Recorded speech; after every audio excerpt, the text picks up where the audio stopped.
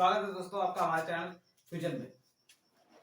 दोस्तों आज ये वीडियो नंबर 9 है, कक्षा 10 का अध्याय नंबर 2 का, जिसमें हम लोगों ने कल कल जो टॉपिक हमारा था वो था सोडियम बाइकार्बोनेट। लवणों का अध्ययन कर रहे हैं हम लोग। लवण साल्ट्स बनाने की साल्ट्स जो हैं उनके बारे में हम लोग पढ़ रहे हैं।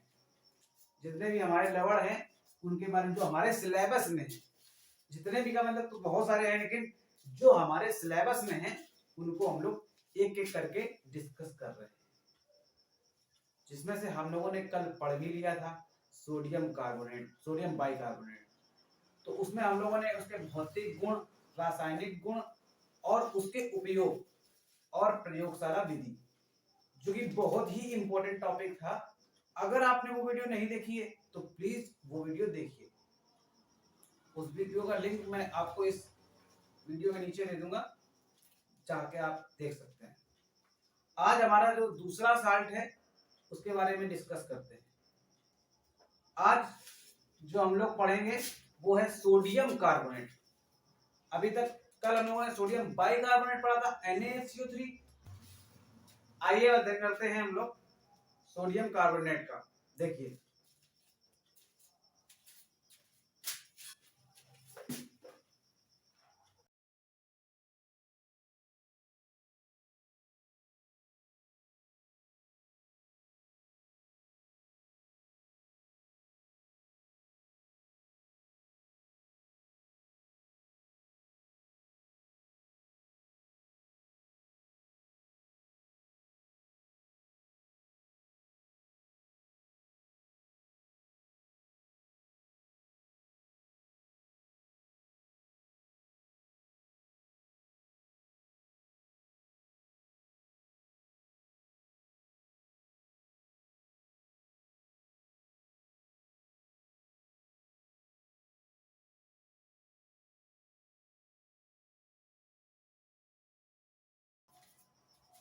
आइए देखिए,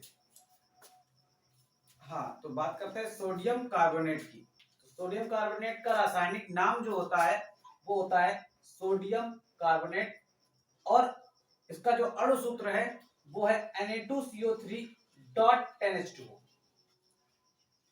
और इसका जो साधारण नाम होता है वो है धावन सोडा।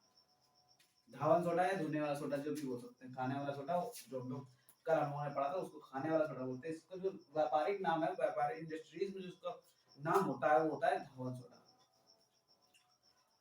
प्रयोगशाला विधि, प्रयोगशाला विधि क्या होती है? देखिए, जब हम प्रयोगशाला में क्या करते हैं, कास्टिक सोडा को, कास्टिक सोडा मतलब NaOH, sodium hydroxide, sodium hydroxide को कार्बन डाइऑक्साइड के साथ 2:1 के अनुपात में 2:1 के अनुपात में लेते हैं तो हमें क्या प्राप्त होता है? Sodium carbonate. देखिए अभी के जगह जो रासायनिक समीकरण है वो आपका है NaOH plus CO2 gives out Na2CO3 plus H2O। इस तरह से हम लोग जो अभिक्रिया करते हैं प्रयोगशाला में, तो इस तरह से हमारा क्या प्राप्त होता है आपको? Sodium carbonate. इसे हम लोग धोने वाला सोडा, धावन सोडा भी कहते हैं। इसका नाम, इसको क्या कहते हैं? Caustic soda. ये हमारा कास्टिक सोडा है, कास्टिक सोडा। सोडियम हाइड्रोक्साइड इसी को बोलते हैं। ये हमारा है सोडियम कार्बोनेट।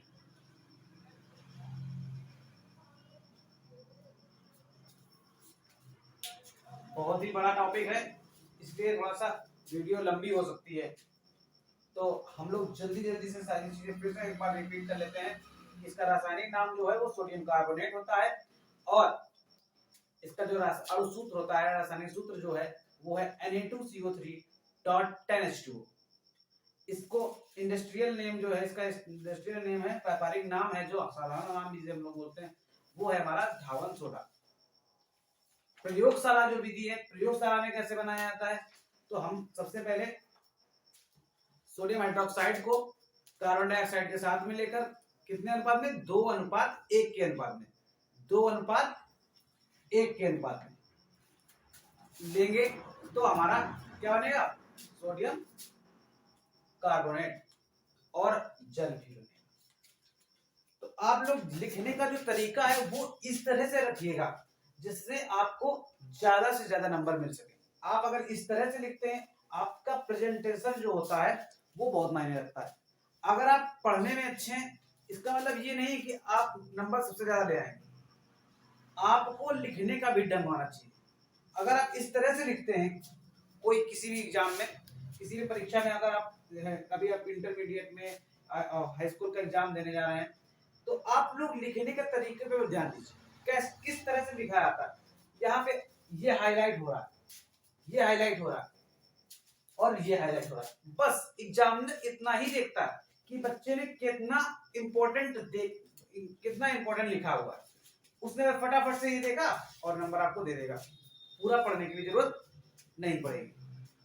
इसलिए लिखने का ढंग आना चाहिए सभी को, जितने भी बच्चे देख रहे हैं उनको लिखने का भी ढंग आना चाहिए। इसीलिए कृपया करके ये देखिए किस तरह से लिखा हुआ। अगर आप इस तरह से लिखते हैं तो आप ये मान लीजिए जितने नंबर का एग्जाम क्वेश्चन होगा आपको पूरे में पूरे मिलेंगे, अगर आपकी राइटिंग अच्छी है तो।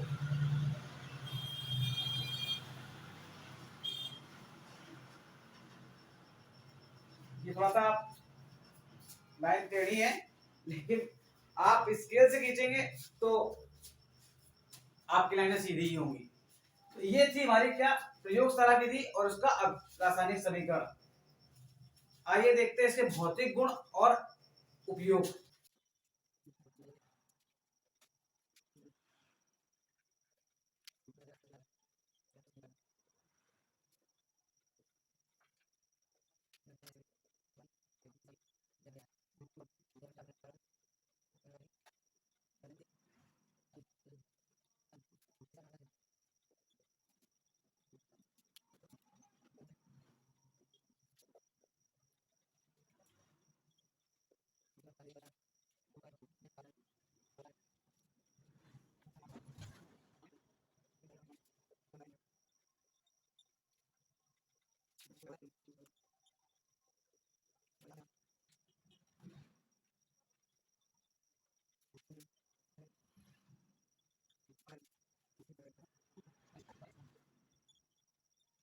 कौन कौन से भौतिक गुण हैं वो भी जान लेते हैं फटाफट से। देखिए कि यह जल में विलय होता है। जल में विलय का मतलब घुल जाता है, तो ये जल में विलय है, जल में आपका ये घुल जाएगा, मिल जाएगा। बिल्कुल कल की भांति जैसे हम लोगों ने पढ़ा था कि सोडियम बाइकार्बोनेट जल में विलय होता है, इसी तरह सेम टू सेम बिल्कुल आपका ये भी है, ये भी जल में विलय होता है और घुल जाता है। अगर आप देखना चाहते तो देख सकते हैं। मैं बिल्कुल कल की तरह है ये भी।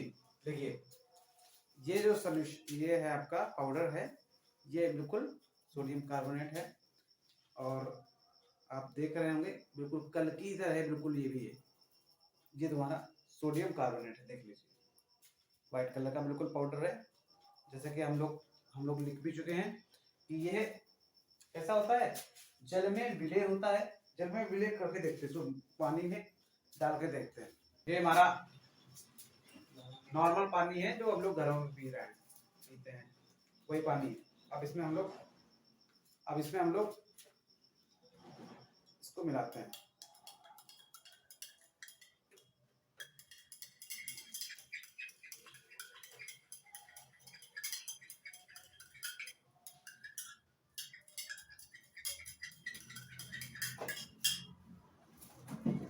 ये आपका देखिए पानी में पूरी तरह से घुल गया है, मिल गया है।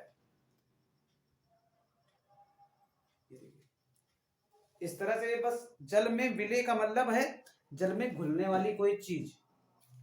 तो ये भी हमारा क्या है, पानी में घुल जाता है। और आपको देखने में पता चल गया होगा कि सफेद रंग का ठोस क्रिस्टली होता है, सफेद रंग का ठोस क्रिस्टली। मतलब व्हाइट कलर का है। और इसका जल अपघटन करने पर प्राप्त विलयन की प्रकृति क्षारीय होती है। तो क्षारीय प्रकृति का होता है।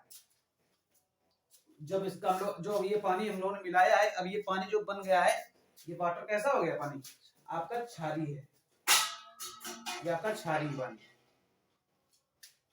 चलिए देखते हैं अभी। और इसका गलनांक जो है उसी की भांति कितना है, लगभग 850 डिग्री सेल्सियस, लगभग उतना ही होता है जितना हमारा सोडियम बाइकार्बोनेट का है, इसका भी उतना ही है 850 डिग्री सेल्सियस। देखिए अब एक बार फिर से इनके भौतिक गुणों को हम लोग रिवाइज कर लेते हैं। देखिए यह जल में विलय होता है, ये सफेद रंग का ठोस क्रिस्टलीय पदार्थ होता है, सफेद रंग का ठोस क्रिस्टलीय होता है, बिल्कुल क्रिस्टल, क्रिस्टल मतलब छोटे छोटे पार्टिकल्स, कण। और इसको हम जब जल में घोलते हैं तो ये इसका जो प्रकृति है, अब ये जल की जो प्रकृति हो चुकी है, मतलब जो ये जल अब अपना है वो कैसा है, क्षारीय प्रकृति का है। और इसका गलनांक कितना होता है 850 डिग्री सेल्सियस। 850 डिग्री सेल्सियस पर ये क्या होता है, गलना स्टार्ट कर देता है। आइए अब इसके कुछ उपयोगों के बारे में बात कर लेते हैं, यूजर्स। इसके कौन कौन से यूजर्स अपने घर में होते हैं, कौन कौन से उपयोग फैक्ट्रियों में या कहाँ कहाँ हम लोग उसका उपयोग करते हैं। तो जो इसका सबसे पहला उपयोग है वो है अग्निशामक यंत्रों में। अग्निशामक यंत्रों में हम लोग इसका प्रयोग करते हैं। जो हमारे पेट्रोल पंप वगैरह पे आपने देखा होगा, जो रेड कलर के टैंक होते हैं और उनको, उनमें कौन सा पदार्थ भरा होता है, तो सोडियम कार्बोनेट भरा होता है। याद रखिए जो अग्निशामक यंत्र होते हैं उनको आग बुझाने के लिए जो यूज करते हैं हम लोग, उनमें हम लोग किसका प्रयोग करते हैं, सोडियम कार्बोनेट का। मतलब हम लोग इस पानी जो टैंक होता है उसमें क्या भरते हैं, सोडियम कार्बोनेट भरते हैं। अब जिसका दूसरा उपयोग है वो है कागज उद्योग में कागज को चिकना करने के लिए। कागज की चिकनाई आपने देखी होगी, कुछ कुछ बुक्स जो होती है ज्यादा चिकनी होती है, कुछ कापे ज्यादा चिकनी होती हैं, कुछ कम चिकनी होती हैं। तो इसको चिकना करने के लिए हम लोग कागज की चिकनाहट है उसको बढ़ाने घटाने के लिए मतलब इसका हम लोग प्रयोग करते हैं। तो दूसरा उपयोग क्या हो गया कि हम लोग कागज की चिकनाई को कागज को चिकना करने के रूप में इसका उपयोग हम लोग करते हैं। तीसरा जो इसका उपयोग है वो है कांच के उद्योग में। कांच के उद्योग में भी इसका उपयोग होता है। और सोडियम बाइकार्बोनेट के निर्माण में, बाइकार्बोनेट के निर्माण में भी हम लोग इसका उपयोग करते हैं। तो इसका चौथा पॉइंट है, चौथा हो गया। पांचवा जो पॉइंट है वो है जल की कठोरता के रूप में। जो जल की कठोरता होती है उसको बढ़ाने के लिए भी हम लोग इसका उपयोग करते हैं। साबुन के निर्माण में, साबुन बनाने में भी इसका उपयोग किया जाता है। रंजक के रूप में, अभिकारक के रूप में हम लोगों ने कल लिया ही था। तो इसको हम लोग ये तो एक जो ये वाला हमारा उपयोग है, ये वाला उपयोग लगभग सभी में काम आता है। जैसे कि कल हम लोगों ने अगर वो देखा हो तो उपयोग ये वाला कॉमन उपयोग है। कल भी हम लोगों ने पढ़ा था जो सोडियम बाइकार्बोनेट पढ़ा था, उसी की तरह बिल्कुल ये भी, इसमें भी हम लोग इसका उपयोग किसमें करते हैं, अभिकारक के रूप में भी इसका उपयोग हम लोग करते हैं। कल हम लोगों ने किया भी था इसका उपयोग अभिकारक के रूप में। तो ये थे हमारे उपयोग एक बार फिर से सुन लीजिए। सबसे पहला उपयोग जो है इसका वो है अग्निशामक यंत्रों के रूप में, कांच के उद्योग में कागज को चिकना करने में, जल की कठोरता को दूर करने में, और रंजक के रूप में, अभिकर्मक के रूप में साबुन निर्माण। तो ये है हमारे उपयोग। वीडियो लगातार लंबी होती जा रही है, इसलिए हम लोग जो इसके रासायनिक गुण हैं उसको कल की नेक्स्ट वीडियो में देखेंगे। अभी इसका वीडियो का पार्ट 2 भी कर देंगे, क्योंकि वीडियो लगातार लंबी होती चली जा रही है। तो मुझे लगता है कि अगर मैं इतना ज्यादा एक बार में बोलूंगा या आप हो सकता है बोर हो जाए, तो हम लोग इसके उपयोग जो हम लोग इसके केमिकल प्रॉपर्टीज हैं इनके बारे में कल अध्ययन करेंगे, कल जानेंगे कि इसकी केमिकल प्रॉपर्टीज कौन कौन सी होती हैं। तो आप लोग वीडियो को कल जरूर देखें। यदि आपको वीडियो में सब कुछ समझ में आता है तो आप चैनल सब्सक्राइब कीजिए, वीडियो को लाइक कीजिए। Thank you.